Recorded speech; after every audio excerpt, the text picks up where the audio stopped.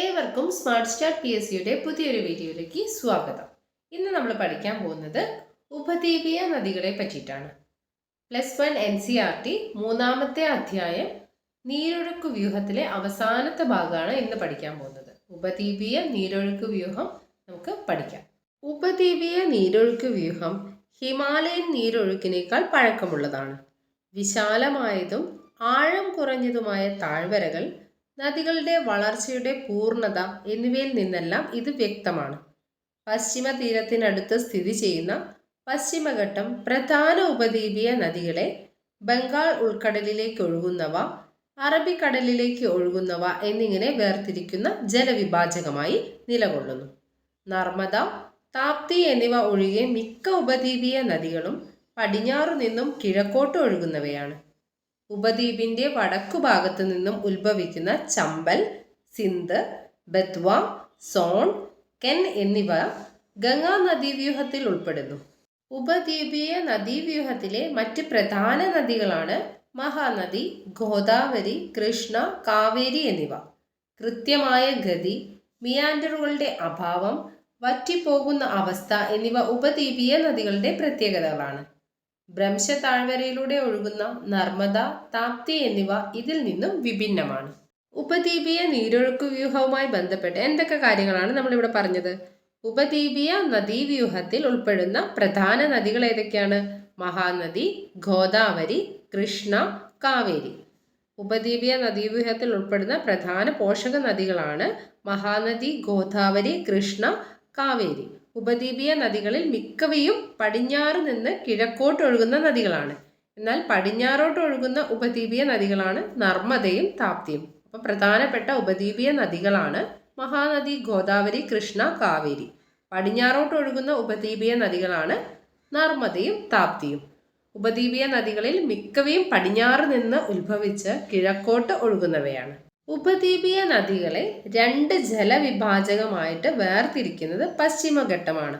ഉപദ്വീപീയ നദികളെ ബംഗാൾ ഉൾക്കടലിലേക്ക് ഒഴുകുന്നവ എന്നും അറബിക്കടലിലേക്ക് ഒഴുകുന്നവ എന്നും രണ്ട് ജലവിഭാജകമായി വേർതിരിക്കുന്നത് പശ്ചിമഘട്ടമാണെന്ന കാര്യം ഓർത്തു വയ്ക്കുക. ഹിമാലയൻ നീരൊഴുക്ക് വ്യൂഹത്തിനേക്കാൾ പഴക്കമുള്ള നീരൊഴുക്ക് വ്യൂഹമാണ് ഇത് ഉപദ്വീപീയ നീരൊഴുക്ക് വ്യൂഹം. പിന്നെ നമ്മൾ പറഞ്ഞത് ഉപദ്വീപിന്റെ വടക്ക് ഭാഗത്ത് നിന്നും ഉത്ഭവിക്കുന്ന പ്രധാന നദികളാണ് ചമ്പൽ, സിന്ധ്, ബെത്വ, സോൺ, കെൻ എന്നിവ. ഈ നദികളെല്ലാം ഗംഗാ നദീവ്യൂഹത്തിന്റെ ഭാഗമായിട്ടുള്ള നദികളാണ്. പിന്നെ ഉപദ്വീപീയ നദികളുടെ പ്രത്യേകതകൾ എന്താ പഠിച്ചത്? കൃത്യമായ ഗതിയുള്ളവയാണ്, മിയാൻഡറുകളുടെ അഭാവമുണ്ട്, വറ്റിപ്പോകുന്ന അവസ്ഥയിലുള്ള നദികളാണ്. അപ്പോൾ ഉപദ്വീപീയ നദികളുടെ പ്രത്യേകത എന്താണ്? കൃത്യമായ ഗതി, മിയാൻഡറുകളുടെ അഭാവം, വറ്റിപ്പോകുന്ന അവസ്ഥ. ഇനി നമ്മൾ പഠിക്കാൻ പോകുന്നത് ഉപദ്വീപീയ നദീവ്യൂഹത്തിന്റെ പരിണാമത്തെപ്പറ്റി. 3 പ്രധാന ഭൂചരിത്രകാല സംഭവങ്ങളാണ് ഇന്ത്യയിലെ വർത്തമാനകാലത്തെ ഉപദ്വീപീയ നദീവ്യൂഹങ്ങൾക്ക് രൂപം നൽകിയത്.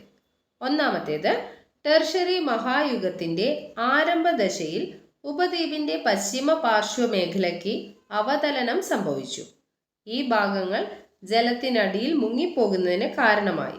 അതോടൊപ്പം ഉപദ്വീപിലെ നേർവിഭാജകത്തിന് ഇരുപുറവും ഉണ്ടായിരുന്ന സിമ്മട്രിക് നദീക്രമത്തെ വികലമാക്കുന്നതിനും കാരണമായി. നമ്മൾ പഠിക്കുന്നത് ഉപദ്വീപീയ നദീവ്യൂഹത്തിന്റെ പരിണാമത്തെ പറ്റിയിട്ടാണ്. അതിവിദൂര കാലത്തുണ്ടായ 3 പ്രധാന ഭൂഗർഭശാസ്ത്രപരമായ സംഭവങ്ങളാണ് ഇന്ത്യയിൽ ഇപ്പോഴുള്ള ഉപദ്വീപീയ നദീവ്യൂഹങ്ങൾക്ക് രൂപം നൽകിയത് എന്നാണ് പറയപ്പെടുന്നത്. ആദ്യത്തെ പരിണാമമായി കണക്കാക്കപ്പെടുന്നത് ഉപദ്വീപിന്റെ പടിഞ്ഞാറൻ ഭാഗത്തിന്റെ മുങ്ങിപ്പോകൽ. ഉപദ്വീപിന്റെ പടിഞ്ഞാറൻ ഭാഗത്തിന്റെ മുങ്ങിപ്പോകലാണ് ഉപദ്വീപീയ നദീവ്യൂഹത്തിന്റെ ആദ്യ പരിണാമമായി കണക്കാക്കുന്നത്. അപ്പൊ അതെന്തായിരുന്നു?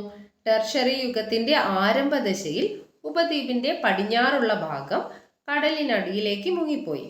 ഇതിന്റെ ഫലമായി അതിന്റെ ഇരുവശങ്ങളിലുമുള്ള നദികളുടെ സമാനതയും ക്രമവും നഷ്ടമായി. രണ്ടാമത്തെ പരിണാമ കാരണമാണ് ഇനി പറയുന്നത്. ഉപദ്വീപിന്റെ വടക്കൻ അതിരിനുണ്ടായ അവതലനവും ഹിമാലയ പർവ്വതത്തിന്റെ ഉദ്ധാനവും അതിന്റെ ഫലമായി ഉപദ്വീപിലുണ്ടായ ഭ്രംശതട രൂപീകരണവും നർമ്മദ, താപ്തി നദികൾ ഈ ഭ്രംശതടങ്ങളിലൂടെ ഒഴുകുകയും യഥാർത്ഥ വിള്ളലുകൾ അവശിഷ്ട പദാർത്ഥങ്ങളാൽ നിറയ്ക്കപ്പെടുകയും ചെയ്തതിനാൽ ഈ നദീതടങ്ങളിൽ കാര്യമായ എക്കൽ നിക്ഷേപങ്ങളോ ഡെൽറ്റ രൂപീകരണമോ കാണപ്പെടുന്നില്ല. അപ്പോൾ രണ്ടാമത്തെ പരിണാമമായി കണക്കാക്കുന്നത് ഹിമാലയ പർവ്വതത്തിന്റെ ഉത്ഥാനമാണ്. ഉപദ്വീപിന്റെ വടക്കൻ അതിര് ഇടിഞ്ഞു താഴ്ന്നു. അതിന്റെ ഫലമായിട്ട് ഉപദ്വീപിൽ ഭ്രംശതടങ്ങൾ ഉണ്ടാവുകയും ഹിമാലയ പർവ്വതത്തിന് ഉത്ഥാനം സംഭവിക്കുകയും ചെയ്തു. നർമ്മദ, താപ്തി നദികൾ ഈ ഭ്രംശതടത്തിലൂടെ ഒഴുകാൻ തുടങ്ങി. അവ വഹിച്ചു കൊണ്ടുവരുന്ന അവശിഷ്ട പദാർത്ഥങ്ങൾ കൊണ്ട് അവിടെയുള്ള വിള്ളലുകളൊക്കെ മൂടപ്പെടുകയും ചെയ്തു. അതുകൊണ്ട് തന്നെ ഈ നദികളിൽ കാര്യമായിട്ടുള്ള എക്കൽ നിക്ഷേപങ്ങളോ ഡെൽറ്റ രൂപീകരണമോ ഒന്നും നടക്കുന്നില്ല. മൂന്നാമത്തെ പരിണാമമാണ് ഇനി പറയുന്നത്. ഉപദ്വീപിന് വടക്ക് പടിഞ്ഞാറ് ദിശയിൽ നിന്നും തെക്ക് കിഴക്ക് ദിശയിലേക്ക് നേരിയ തോതിലുള്ള ചെരിവ് സംഭവിച്ചതിലൂടെ ഈ മേഖലയിലെ മുഴുവൻ നദീവ്യൂഹങ്ങളുടെയും ദിശ ബംഗാൾ ഉൾക്കടലിലേക്ക് ക്രമീകരിക്കപ്പെട്ടു. അപ്പം എന്താ പറഞ്ഞത്? ഉപദ്വീപിനുണ്ടായ നേരിയ ചെരിവാണ് മൂന്നാമത്തെ പരിണാമമായി കണക്കാക്കുന്നത്. ഉപദ്വീപിന് വടക്കു പടിഞ്ഞാറ് ദിശയിൽ നിന്നും തെക്ക് കിഴക്കൻ ദിശയിലേക്കാണ് നേരിയ ചെരിവുള്ളത്. അതിന്റെ ഫലമായി ഈ മേഖലയിലെ മുഴുവൻ നദികളുടെയും ജലം നേരെ എത്തിച്ചേരുന്നത് എവിടേക്കാണ്? ബംഗാൾ ഉൾക്കടലിലേക്ക് ചെന്നെത്താൻ തുടങ്ങി. അപ്പോൾ ഉപദ്വീപീയ നദീവ്യൂഹത്തിന്റെ പരിണാമമായിട്ട് പറയുന്നത് ഉപദ്വീപിന്റെ പടിഞ്ഞാറൻ ഭാഗത്തിന്റെ മുങ്ങിപ്പോകൽ, അത് ഒന്നാമത്തെ പരിണാമ കാരണം. രണ്ടാമത്തേത് ഹിമാലയ പർവ്വതത്തിന്റെ ഉത്ഥാനം. മൂന്നാമത്തെ പരിണാമമായി കണക്കാക്കുന്നത് ഉപദ്വീപിനുണ്ടായ നേരിയ ചെരിവ്. അടുത്ത് നമ്മൾ പഠിക്കാൻ പോകുന്നത് ഉപദ്വീപീയ നീരൊഴുക്കിലെ നദീവ്യൂഹങ്ങളെ പറ്റിയിട്ടാണ്. ഉപദ്വീപീയ നീരൊഴുക്കിൽ അനേകം നദികൾ ഉൾപ്പെടുന്നു. പ്രധാനപ്പെട്ട ഉപദ്വീപീയ നദികളെ പറ്റിയിട്ടാണ് ഇനി നമ്മൾ പഠിക്കുന്നത്. അതിൽ ആദ്യം പഠിക്കാൻ പോകുന്നത് മഹാനദി. ഛത്തീസ്ഗഡിലെ റായ്പൂർ ജില്ലയിലെ സിഹാവയിൽ നിന്നുമാണ് മഹാനദിയുടെ ഉത്ഭവം. ഒഡീഷയിലൂടെ ഒഴുകി ബംഗാൾ ഉൾക്കടലിൽ പതിക്കുന്ന മഹാനദിക്ക് 851 കിലോമീറ്റർ നീളവും 1.42 ലക്ഷം ചതുരശ്ര കിലോമീറ്റർ വിസ്തൃതിയിൽ വൃഷ്ടിപ്രദേശവുമുണ്ട്. നദിയുടെ കീഴ്ഘട്ടം മാത്രമേ ഗതാഗത യോഗ്യമായിട്ടുള്ളൂ. ഈ നദിയുടെ 53% മധ്യപ്രദേശിലും ഛത്തീസ്ഗഡിലുമായി വ്യാപിച്ചു കിടക്കുന്നു. 47% ഭാഗം ഒഡീഷയിലാണ്. അപ്പം മഹാനദിയുടെ ഉത്ഭവം എന്ന് പറയുന്നത് ഛത്തീസ്ഗഡിലെ റായ്പൂർ ജില്ലയിലെ സിഹാവയിൽ നിന്നാണ് മഹാനദി ഉത്ഭവിക്കുന്നത്. ഛത്തീസ്ഗഡിലെ റായ്പൂർ ജില്ലയിലെ സിഹാവയിൽ നിന്നാണ് മഹാനദി ഉത്ഭവിക്കുന്നത്.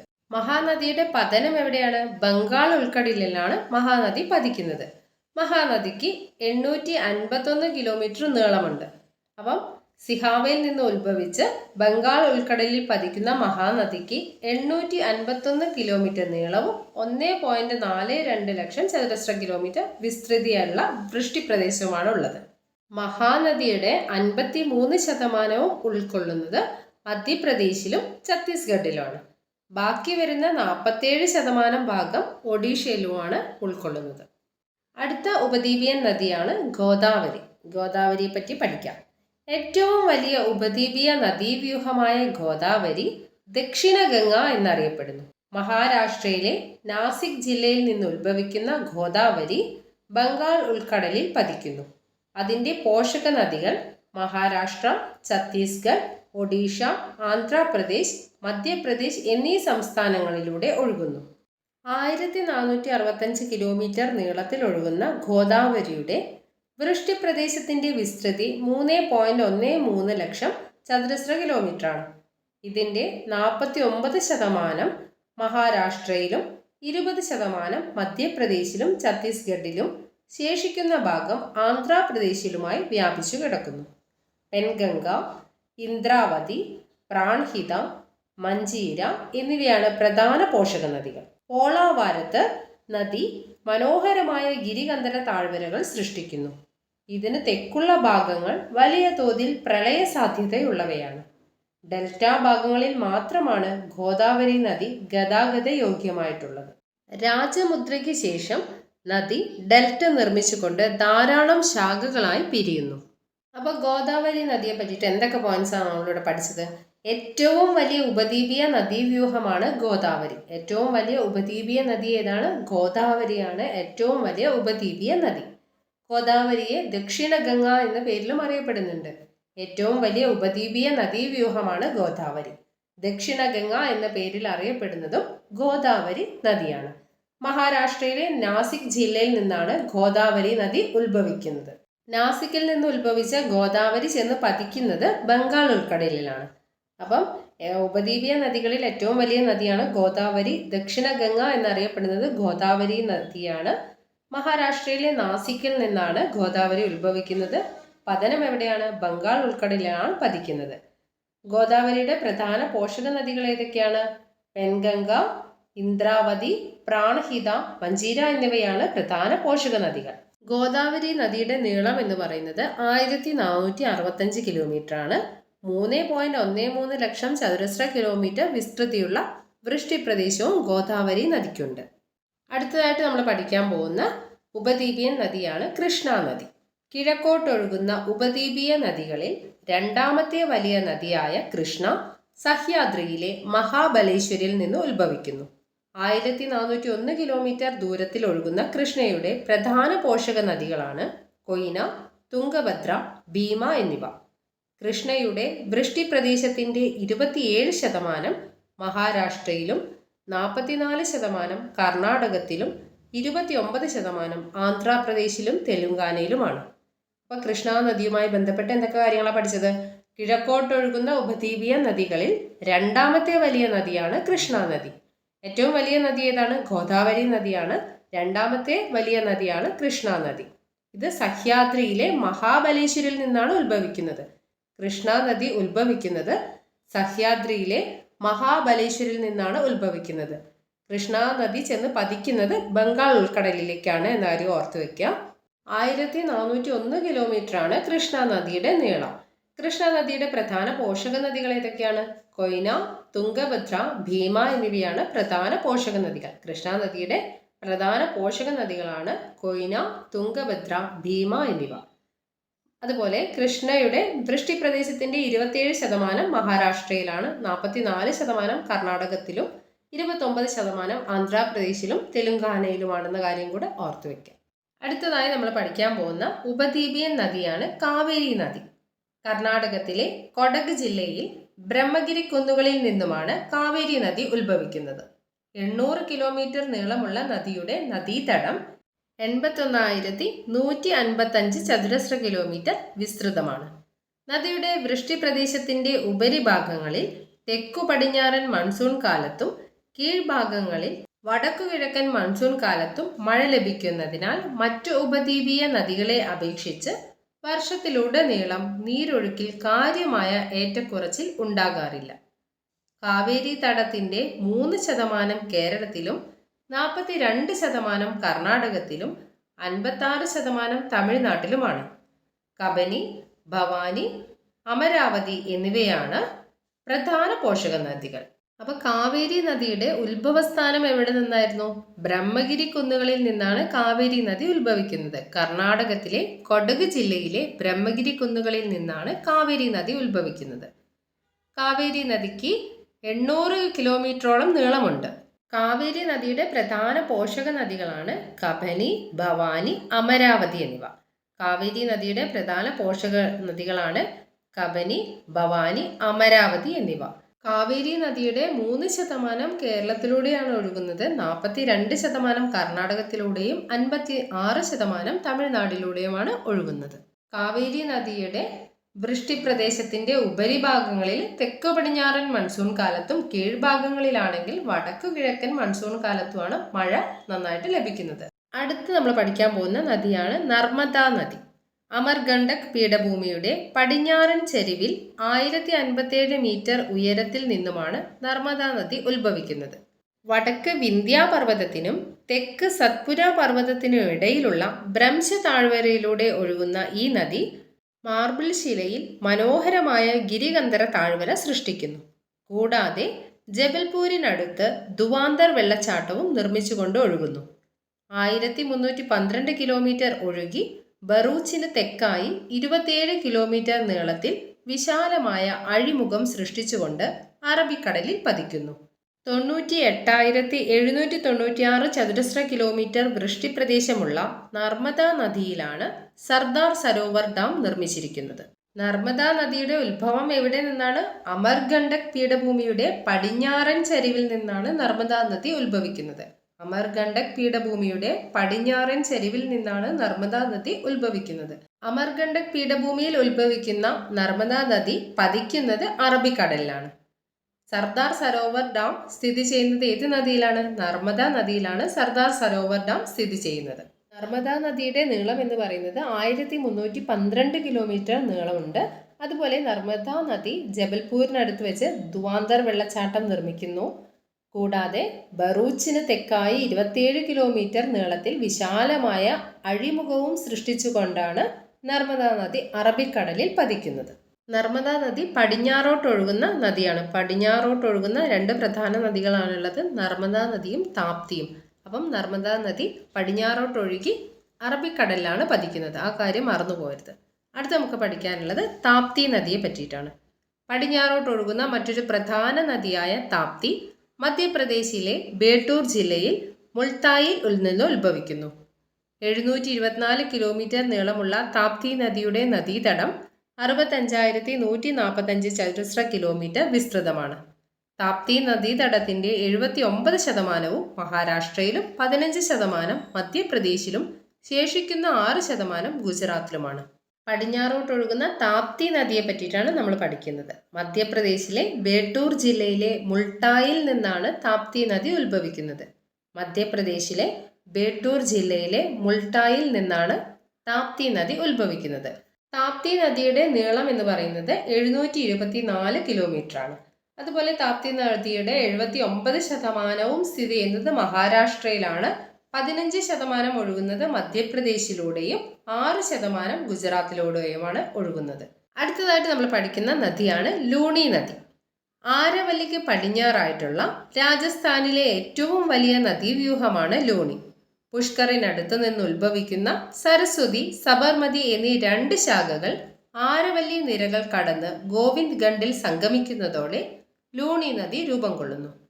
ടെൽവാര വരെ പടിഞ്ഞാറോട്ടൊഴുകുന്ന ലൂണി പിന്നീട് തെക്ക് പടിഞ്ഞാറ് ദിശയിൽ സഞ്ചരിച്ച് റാൺ ഓഫ് കച്ചിൽ ചേരുന്നു. ഈ നദീവ്യൂഹത്തിൽ മഴക്കാലത്ത് മാത്രമാണ് നീരൊഴുക്ക് ഉള്ളത്. അപ്പോൾ ലൂണി നദിയെ പറ്റിയിട്ട് എന്തൊക്കെ കാര്യങ്ങൾ നമുക്കറിയാം? രാജസ്ഥാനിലെ ഏറ്റവും വലിയ ഒരു നദീവ്യൂഹമാണ് ലൂണി നദി എന്ന് അറിയാം. അതുപോലെ ഈ നദീവ്യൂഹത്തിൽ അല്ലെങ്കിൽ ലൂണി നദിയിൽ മഴക്കാലത്ത് മാത്രമേ നീരൊഴുക്കുള്ളൂ. പിന്നെ നമുക്ക് എന്താണ് ലൂണി നദിയെ പറ്റി അറിയുന്നത്? പുഷ്കറിനടുത്ത് നിന്ന് ഉത്ഭവിക്കുന്ന സരസ്വതി, സബർമതി എന്നീ രണ്ട് ശാഖകൾ ആരവല്ലി നിരകൾ കടന്ന് ഗോവിന്ദ് ഗണ്ഡിൽ എത്തുമ്പോൾ അവിടെ വെച്ച് അവ സംഗമിച്ച് ലൂണി നദി രൂപം കൊള്ളുന്നു എന്നറിയാം. ടെൽവാര വരെ പടിഞ്ഞാറോട്ടേക്കാണ് ലൂണി നദി ഒഴുകുന്നത്. പിന്നീട് തെക്ക് പടിഞ്ഞാറ് ദിശയിലേക്ക് ഒഴുകിയിട്ട് ലൂണി നദി റാൺ ഓഫ് കച്ചിൽ എത്തിച്ചേരുന്നു. ഇനി നമ്മൾ പഠിക്കാൻ പോകുന്നത് പടിഞ്ഞാറോട്ട് ഒഴുകുന്ന ചെറു നദികളെ പറ്റിയിട്ടാണ്. അറബിക്കടലിലേക്ക് ഒഴുകുന്ന മിക്ക നദികളും ചെറുതും ദൈർഘ്യം കുറഞ്ഞവയുമാണ്. അവയിൽ പ്രധാനപ്പെട്ട നദികളും നദിയുടെ ഉത്ഭവസ്ഥാനമാണ് നമ്മൾ പഠിക്കുന്നത്. ക്ഷേത്രുണിജി നദിയുടെ ഉത്ഭവം ഗുജറാത്തിലെ അമേലി ജില്ലയിലെ ദ്വൽക്കയിൽ നിന്നാണ്. ക്ഷേത്രുണിജി നദിയുടെ ഉത്ഭവസ്ഥാനം എന്ന് പറയുന്നത് ഗുജറാത്തിലെ അമേലി ജില്ലയിലെ ദൽക്വയിൽ നിന്നാണ്. ഭദ്ര നദിയുടെ ഉത്ഭവം രാജ്ഗഡ് ജില്ലയിലെ അന്യാലി ഗ്രാമത്തിൽ നിന്നാണ്. ഭദ്ര നദി ഉത്ഭവിക്കുന്നത് രാജ്ഗഡ് ജില്ലയിലെ അന്യാലി ഗ്രാമത്തിൽ നിന്നാണ്. ദാദർ നദിയുടെ ഉത്ഭവം പഞ്ചമഹൽ ജില്ലയിലെ ഖണ്ഡാർ ഗ്രാമത്തിൽ നിന്ന്. ദാദർ നദി ഉത്ഭവിക്കുന്നത് പഞ്ചമഹൽ ജില്ലയിലെ ഖണ്ഡാർ എന്ന ഗ്രാമത്തിൽ നിന്നാണ്. അതുപോലെ സബർമതി നദിയുടെ ഉത്ഭവം ഗുജറാത്തിൽ നിന്നാണ്. സബർമതി നദി ഉത്ഭവിക്കുന്നത് ഗുജറാത്തിലാണ്. മാഹി നദിയുടെ ഉത്ഭവസ്ഥാനം ഗുജറാത്തിലാണ്. ഗുജറാത്തിലെ രണ്ട് പ്രധാന നദികളാണ് സബർമതിയും മാഹിയും. വൈതരണ നദിയുടെ ഉത്ഭവസ്ഥാനം എന്ന് പറയുന്നത് നാസിക് ജില്ലയിലെ ത്രയംബക കുന്നുകളിൽ നിന്നാണ്. വൈതരണ നദി ഉത്ഭവിക്കുന്നത് നാസിക് ജില്ലയിലെ ത്രയംബക കുന്നുകളിൽ നിന്നാണ്. ബൽഗാം ജില്ലയിൽ നിന്നാണ് കാളിന്തി നദിയുടെ ഉത്ഭവം. ബൽഗാം ജില്ലയിൽ നിന്ന് ആരംഭിച്ച് കാളിന്തി നദി കാർവാർ ഉൾക്കടലിൽ ചെന്നാണ് പതിക്കുന്നത്. ബേഡ്തി നദി ഹുബ്ലി ദർവാറിൽ നിന്നാണ് ഉത്ഭവിക്കുന്നത്. ബേഡ്തി നദി ഹുബ്ലി ദർവാറിൽ നിന്നാണ് ഉത്ഭവിക്കുന്നത്. ശരാവതി നദിയുടെ ഉത്ഭവസ്ഥാനം എന്ന് പറയുന്നത് കർണാടകയിലെ ഷിമോഗ ജില്ലയാണ്. കർണാടകയിലെ ഷിമോഗ ജില്ലയിൽ നിന്നാണ് ശരാവതി നദി ഉത്ഭവിക്കുന്നത്. കർണാടകത്തിലെ പടിഞ്ഞാറോട്ടൊഴുകുന്ന ഒരു പ്രധാന നദിയാണ് ശരാവതി. കർണാടകത്തിലെ ഷിമോഗ ജില്ലയിൽ നിന്നാണ് ശരാവതി നദി ഉത്ഭവിക്കുന്നത്. കർണാടകത്തിലെ പടിഞ്ഞാറോട്ടൊഴുകുന്ന ഒരു പ്രധാന നദിയാണ് ശരാവതി നദി. ഗോവയിലെ രണ്ട് പ്രധാന നദികളാണ് മണ്ഡോവി നദിയും ജുവാരി നദിയും. മണ്ഡോവി നദിയുടെ ഉത്ഭവസ്ഥാനം ഗോവയാണ്. അതുപോലെ ജുവാരി നദിയുടെ ഉത്ഭവവും ഗോവയാണ്. ഗോവയിലെ 2 പ്രധാന നദികളാണ് മണ്ഡോവി നദിയും ജുവാരി നദിയും. കേരളത്തിലെ പ്രധാനപ്പെട്ട 3 നദികളാണ് ഭാരതപ്പുഴ, പെരിയാർ, പമ്പ. നദീതട വിസ്തൃതിയുടെ അടിസ്ഥാനത്തിൽ കേരളത്തിലെ ഏറ്റവും വലിയ നദി എന്നറിയപ്പെടുന്നത് ഭാരതപ്പുഴയാണ്. കേരളത്തിലെ ഏറ്റവും നീളം കൂടിയ നദി ചോദിച്ചാൽ അത് പെരിയാറാണ്. 2ാമത് നീളം കൂടിയ നദിയാണ് ഭാരതപ്പുഴ. നദീതടത്തിന്റെ വിസ്തൃതിയുടെ അടിസ്ഥാനത്തിൽ കേരളത്തിലെ ഏറ്റവും വലിയ നദി ഭാരതപ്പുഴയാണ്. ഭാരതപ്പുഴയുടെ നദീതടത്തിന്റെ വിസ്തൃതി എന്ന് പറയുന്നത് 5397 ചതുരശ്ര കിലോമീറ്റർ ആണ്. കേരളത്തിലെ 2ാമത്തെ വലിയ നദി പെരിയാറാണ്. പെരിയാറിന്റെ വിസ്തൃതി എന്ന് പറയുന്നത് 5243 ചതുരശ്ര കിലോമീറ്റർ വൃഷ്ടിപ്രദേശമാണ്. അപ്പം വൃഷ്ടിപ്രദേശത്തിന്റെ അടിസ്ഥാനത്തിൽ കേരളത്തിലെ ഏറ്റവും വലിയ നദി ഭാരതപ്പുഴയാണ്. 2ാമത്തെ വലിയ നദി പെരിയാറാണ്. നീളത്തെ അടിസ്ഥാനമാക്കി പറയുകയാണെങ്കിൽ പെരിയാറാണ് കേരളത്തിലെ ഏറ്റവും നീളം കൂടിയ നദി. 2ാമത്തെ നീളം കൂടിയ നദിയാണ് ഭാരതപ്പുഴ. ഭാരതപ്പുഴ ഉത്ഭവിക്കുന്നത് ആനമലക്കുന്നുകളിൽ നിന്നാണ്. ആനമലക്കുന്നുകളിൽ നിന്നാണ് ഭാരതപ്പുഴയുടെ ഉത്ഭവസ്ഥാനം. ഭാരതപ്പുഴ പൊന്നാനിപ്പുഴ എന്ന പേരിലും അറിയപ്പെടുന്നു. ഭാരതപ്പുഴയുടെ മറ്റൊരു പേരാണ് പൊന്നാനിപ്പുഴ. അപ്പം ഭാരതപ്പുഴയുടെ നദീതട വിസ്തൃതി പറഞ്ഞു 5397. പെരിയാറിന്റെ വൃഷ്ടിപ്രദേശം 5243 ചതുരശ്ര കിലോമീറ്റർ ആണ്. പിന്നെ പറയാനുള്ളത് കേരളത്തിലെ മറ്റൊരു പ്രധാന നദിയാണ് പമ്പ. പമ്പ നദി 177 കിലോമീറ്റർ ഒഴുകി വേമ്പനാട് കായലിലാണ് പതിക്കുന്നത്. പടിഞ്ഞാറോട്ട് ഒഴുകുന്ന നദികളുടെ വൃഷ്ടിപ്രദേശമാണ് ഈ ബോക്സിൽ കൊടുത്തിരിക്കുന്നത്. അതൊന്ന് വായിച്ചു പോവാം. സബർമതി നദിയുടെ വൃഷ്ടിപ്രദേശം 21,674 ചതുരശ്ര കിലോമീറ്റർ. മാഹി നദിയുടെ വൃഷ്ടിപ്രദേശം 34,842 ചതുരശ്ര കിലോമീറ്റർ. ധാന്തർ നദിയുടെ വൃഷ്ടിപ്രദേശം 2,770 ചതുരശ്ര കിലോമീറ്റർ. കാളി നദിയുടെ വൃഷ്ടിപ്രദേശം 5,179 ചതുരശ്ര കിലോമീറ്റർ. ശരാവതി നദി 2,029 ചതുരശ്ര കിലോമീറ്റർ ആണ് വൃഷ്ടിപ്രദേശമുള്ളത്. ഭാരതപ്പുഴയ്ക്ക് 5,397 ചതുരശ്ര കിലോമീറ്റർ വൃഷ്ടിപ്രദേശമുണ്ട്. പെരിയാർ നദിക്ക് 5,243 ചതുരശ്ര കിലോമീറ്റർ വൃഷ്ടിപ്രദേശമുണ്ട്. അടുത്തതായിട്ട് പഠിക്കാനുള്ളത് കിഴക്കോട്ടൊഴുകുന്ന ചെറുനദികളെ പറ്റിയിട്ടാണ്. കിഴക്കോട്ടൊഴുകുന്ന ധാരാളം ചെറുനദികളുണ്ട്. കിഴക്കോട്ടൊഴുകുന്ന നദികളൊക്കെ എവിടേക്കാണ് പോയി പതിക്കുന്നത്? ബംഗാൾ ഉൾക്കടലിലാണ് പതിക്കുന്നത്. ഈ നദികൾ ചെറുതാണെങ്കിലും ഏറെ പ്രധാനപ്പെട്ടവയാണ്. കിഴക്കോട്ടൊഴുകുന്ന നദികളിൽ പ്രധാനപ്പെട്ട നദികളാണ് സുബർണരേഖ, ബൈതരണി, ബ്രാഹ്മണി, വംശധാര, പെണ്ണാർ, പാലാർ, വൈഗ. കിഴക്കോട്ടൊഴുകുന്ന നദികളും അവയുടെ വൃഷ്ടിപ്രദേശവുമാണ് ഈ ബോക്സിൽ കൊടുത്തിരിക്കുന്നത്. അത് ഒന്ന് വായിച്ചിട്ട് പോവാം. സുബർണരേഖ നദിയുടെ വൃഷ്ടിപ്രദേശം എന്ന് പറയുന്നത് 19,296 ചതുരശ്ര കിലോമീറ്റർ. ബൈതരണിയുടെ വൃഷ്ടിപ്രദേശം 12,789 ചതുരശ്ര കിലോമീറ്റർ. ബ്രാഹ്മണി നദിയുടെ വൃഷ്ടിപ്രദേശം 39,033 ചതുരശ്ര കിലോമീറ്റർ. പെണ്ണാർ നദിയുടെ വൃഷ്ടിപ്രദേശം 55,213 ചതുരശ്ര കിലോമീറ്റർ. പാലാർ നദിയുടെ വൃഷ്ടിപ്രദേശമാണ് 17,870 ചതുരശ്ര കിലോമീറ്റർ. അപ്പോൾ അതൊന്ന് ഓർത്തിരുന്നാൽ മതി. അടുത്തത് നദീ നീരൊഴുക്ക് ക്രമം. നദികളിൽ വർഷം മുഴുവൻ ഒഴുകുന്ന ജലത്തിന്റെ അളവ് ഒരുപോലെയല്ല. ഇത് ഋതുക്കൾക്കനുസരിച്ച് വ്യത്യാസപ്പെട്ടുകൊണ്ടിരിക്കും. അപ്പോൾ എന്താ പറഞ്ഞത്? ഋതുക്കൾക്കനുസരിച്ച് ഓരോ നദികളിലും വർഷം മുഴുവൻ ഒഴുകുന്ന ജലത്തിന്റെ അളവ് ഒരുപോലെ ആയിരിക്കില്ല. ഒരു വർഷ കാലയളവിൽ നദിയിലെ നീരൊഴുക്കിന്റെ പൊതു സ്വഭാവമാണ് നദീ നീരൊഴുക്ക് ക്രമം.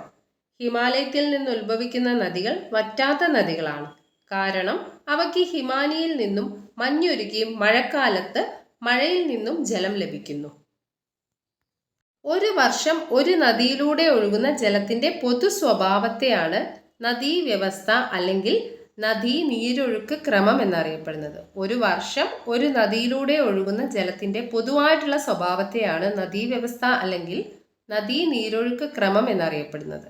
ഹിമാലയത്തിൽ നിന്ന് ഉത്ഭവിക്കുന്ന ഉത്തരേന്ത്യൻ നദികൾ ഒരിക്കലും വറ്റാത്തവയാണ്. അതിനെന്താണ് കാരണം?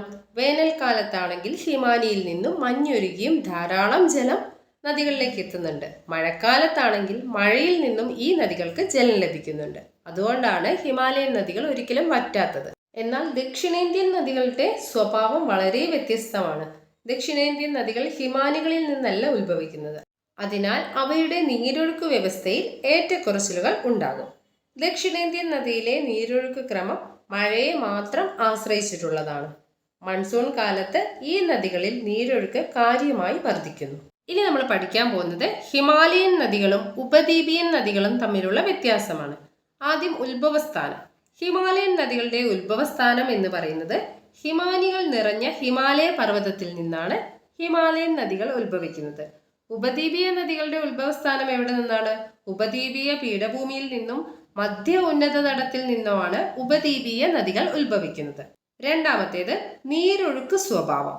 ഹിമാലയൻ നദികളുടെ നീരൊഴുക്ക് സ്വഭാവം എന്ന് പറയുന്നത് ഹിമാലയൻ നദികൾ ഒരിക്കലും വറ്റാത്തവയാണ്. അതുപോലെ ഹിമാനികളിൽ നിന്നും മഴയിൽ നിന്നുമാണ് ഹിമാലയൻ നദികൾക്ക് വെള്ളം ലഭിക്കുന്നത്. എന്നാൽ ഉപദ്വീപീയൻ നദികളുടെ നീരൊഴുക്ക് സ്വഭാവം എന്ന് പറയുന്നത് കാലികമാണ്. മൺസൂൺ മഴയെ ആശ്രയിച്ചാണ് ഈ നദികൾക്ക് ജലം ലഭിക്കുന്നത്. ഹിമാലയൻ നദികളുടെ നീരൊഴുക്കിന്റെ തരം എന്ന് പറയുന്നത് സമതല പ്രദേശങ്ങളിൽ വൃക്ഷശിഖര മാതൃക തീർക്കുന്ന പൂർവ്വകാലീന നീരൊഴുക്കാണ്. ഉപദ്വീപീയ നദികളുടെ നീരൊഴുക്ക് തരം എന്ന് പറയുന്നത് ജലായുധ, കേന്ദ്രപ്രഭവ, ചതുരാകൃതി മാതൃകകൾക്ക് പുനരുജ്ജീവന രീതികളാണ് ഉപദ്വീപീയ നദികളിലുള്ളത്. പ്രധാന നീരൊഴുക്ക് മാതൃകകൾ നമ്മൾ ഈ ചാപ്റ്ററിന്റെ ആദ്യ ഭാഗങ്ങളിൽ പഠിച്ചതാണ്. അപ്പം ആ ചാപ്റ്റർ കാണാത്തവർ അതൊന്ന് കണ്ടു നോക്കുക. അടുത്തത് ഹിമാലയൻ നദിയുടെ പ്രകൃതം. നീളമേറിയ ചാലുകൾ ഉണ്ടാകും. ദുർഘടമായ പർവ്വതങ്ങളിലൂടെ ഒഴുകുമ്പോൾ ശീർഷതല അപരദനം ഉണ്ടാകുന്നുണ്ട്.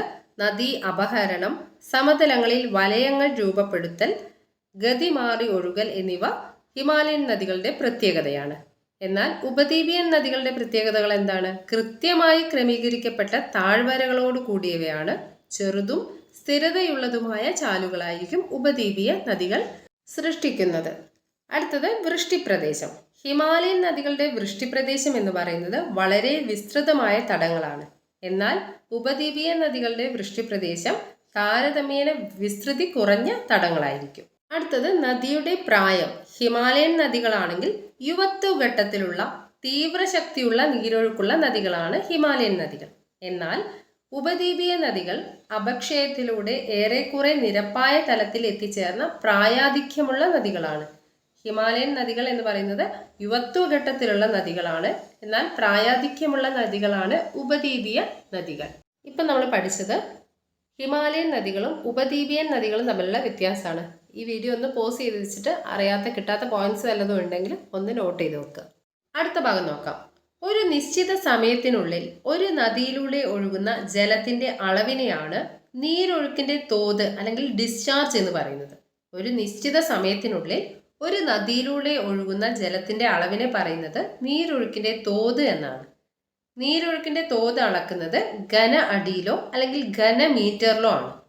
നീരൊഴുക്കിന്റെ തോത് അളക്കുന്നത് എങ്ങനെയാണ്? ഘന അടിയിലോ അല്ലെങ്കിൽ ഘന മീറ്ററിലോ ആണ്. ഗംഗാ നദിയിൽ ജനുവരി മുതൽ ജൂൺ വരെ നീരൊഴുക്ക് ഏറ്റവും കുറഞ്ഞ അളവിലായിരിക്കും.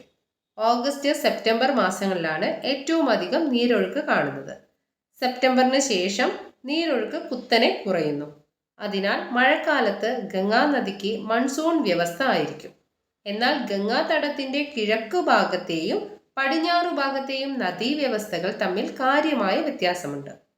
വേനലിന്റെ ആരംഭത്തിൽ തന്നെ മഞ്ഞുരുകുന്നതിനാൽ ഗംഗാ നദിയിൽ ശക്തമായ നീരൊഴുക്കുണ്ടാവുന്നു. ഫറാക്കയിൽ ഗംഗാ നദിയിലെ ശരാശരി കൂടിയ നീരൊഴുക്ക് 55,000 ഘന അടിയും കുറഞ്ഞ നീരൊഴുക്ക് വെറും 1300 ഘന അടിയുമാണ്. അടുത്തത് നർമ്മദാ നദിയിലെ നീരൊഴുക്ക് വ്യവസ്ഥയുമായി ബന്ധപ്പെട്ട കാര്യങ്ങളാണ് പറയുന്നത്. ഇതൊക്കെ ഒന്ന് കേട്ടിരുന്നാൽ മതി. ജനുവരി മുതൽ ജൂലൈ വരെ നർമ്മദയിലെ നീരൊഴുക്കിന്റെ അളവ് വളരെ കുറവായിരിക്കും. എന്നാൽ ഓഗസ്റ്റിൽ നീരൊഴുക്കിന്റെ അളവ് വളരെ പെട്ടെന്ന് അങ്ങേയറ്റം ഉയരുന്നു. ഒക്ടോബറിലാകട്ടെ അത് ഏറ്റവും കുറഞ്ഞ അളവിലേക്ക് താഴുന്നു. ഓഗസ്റ്റ് മാസത്തിലെ നീരൊഴുക്കിന്റെ ഉയർച്ചയും ഒക്ടോബറിലെ താഴ്ചയും ഏറെ ശ്രദ്ധേയമാണ്. ഗരുഡേശ്വറിൽ നർമ്മദയുടെ നീരൊഴുക്ക് 2300 ഘന അടിയും കുറഞ്ഞ നീരൊഴുക്ക് 15 ഘന അടിയുമാണ്. അടുത്തത് ഗോദാവരി നദിയിലെ നീരൊഴുക്ക് വ്യവസ്ഥയുമായി ബന്ധപ്പെട്ട കാര്യങ്ങളാണ് പറയുന്നത്. ഗോദാവരിയിൽ മെയ് മാസത്തിലാണ് ഏറ്റവും കുറഞ്ഞ നീരൊഴുക്ക് ഉണ്ടാകുന്നത്. ജൂലൈ ഓഗസ്റ്റ് മാസങ്ങളിലാണ് ഏറ്റവും കൂടിയ നീരൊഴുക്ക് ഉണ്ടാകുന്നത്. ഓഗസ്റ്റിന് ശേഷം നീരൊഴുക്ക് പെട്ടെന്ന് കുറയുന്നു. എന്നിരുന്നാലും ഒക്ടോബറിലെയും നവംബറിലെയും നീരൊഴുക്ക് ജനുവരി മുതൽ മെയ് വരെയുള്ള ഏതൊരു മാസത്തിനേക്കാളും കൂടുതലായിരിക്കും. പോളാവാരത്ത് ഗോദാവരിയുടെ കൂടിയ നീരൊഴുക്ക് 3200 ഘന അടിയും കുറഞ്ഞത് 50 ഘന അടിയുമാണ്. അപ്പോൾ ഇത്രയും കാര്യങ്ങളാണ് നദീവ്യൂഹം എന്ന ചാപ്റ്ററിൽ നമുക്ക് പഠിക്കാനുള്ളത്. ഈ ചാപ്റ്ററിൽ കിഴക്കോട്ടൊഴുകുന്ന ചെറുനദികൾ, പടിഞ്ഞാറോട്ടൊഴുകുന്ന ചെറുനദികൾ എന്നൊക്കെ പറഞ്ഞിട്ട് നമ്മൾ കുറച്ച് നദികളുടെ പേരൊക്കെ പഠിച്ചിട്ടുണ്ട്. അതൊക്കെ നന്നായിട്ട് തന്നെ പഠിച്ചു വെക്കുക. സ്റ്റേറ്റ്മെൻറ്റ് ക്വസ്റ്റ്യൻസിലൊക്കെ ഈ നദികളെ പേരൊക്കെ ആയിട്ട് ചോദിച്ചു വന്നിട്ടുണ്ടെങ്കിൽ ഏതൊക്കെ നദികളാണ് കിഴക്കോട്ട് ഒഴുകുന്നത്, അതുപോലെ ഏതൊക്കെ നദികളാണ് പടിഞ്ഞാറോട്ട് ഒഴുകുന്നത് എന്നൊക്കെ നമുക്ക് വേർതിരിച്ച് അറിയാൻ കഴിയണം. അതുകൊണ്ട് അതൊക്കെ ആ ചെറിയ ചെറിയ പോയിന്റ്സ് ആണെങ്കിൽ കൂടി ആ നദികളുടെ പേരും കാര്യങ്ങളൊക്കെ നന്നായിട്ട് തന്നെ പഠിച്ചു വെക്കാം. അപ്പം നമുക്ക് ഇന്നത്തെ ക്ലാസ് ഇവിടെ അവസാനിപ്പിക്കാം. മറ്റൊരു ക്ലാസ്സിൽ വീണ്ടും കാണാം. വീഡിയോസ് ഉപകാരപ്പെടുന്നുണ്ടെങ്കിൽ ലൈക്ക് ചെയ്യാനും കൂട്ടുകാർക്ക് ഷെയർ ചെയ്ത് കൊടുക്കാനും മറക്കരുത്. അതുപോലെ ചാനൽ ആദ്യമായിട്ട് കാണുന്നവരാണെങ്കിൽ ചാനൽ ഒന്ന് സബ്സ്ക്രൈബ് ചെയ്ത് സപ്പോർട്ട് ചെയ്യാം. അപ്പോൾ നമുക്ക് അടുത്ത ക്ലാസ്സിൽ കാണാം. Thank you for watching.